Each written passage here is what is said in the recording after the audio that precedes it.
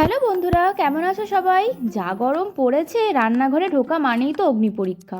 তার মধ্যেই আজকের মিনি ব্লগটা শুরু করলাম। এই দেখো, আটা মাখানো একদম কমপ্লিট। এই গরমে মায়ের পক্ষে একা করা একেবারেই সম্ভব নয়, তাই সবাই মিলেই দায়িত্বটা নিলাম। মায়ের হাতের গোল গোল নরম রুটি বেলার টেকনিকটা কিন্তু সত্যিই দেখার মতো ছিল।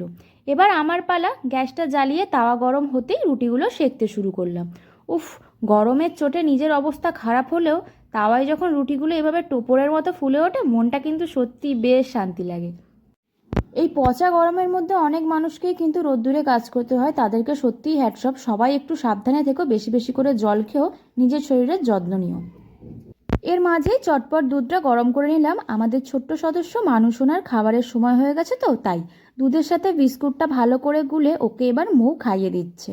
সব শেষে যতই গরম পড়ুক, সন্ধেবেলায় সবাই মিলে বসে চা বিস্কুটের আড্ডাটা কিন্তু আমাদের হতেই হবে। ব্যাস, ক্লান্তি এক নিমেষেই গায়েব। আজকের মিনি ব্লগটা কেমন লাগলো জানিও কিন্তু। ভালো লাগলে লাইক আর সাবস্ক্রাইব করতে ভুলো না। টাটা বন্ধুরা, সবাই ভালো থেকো।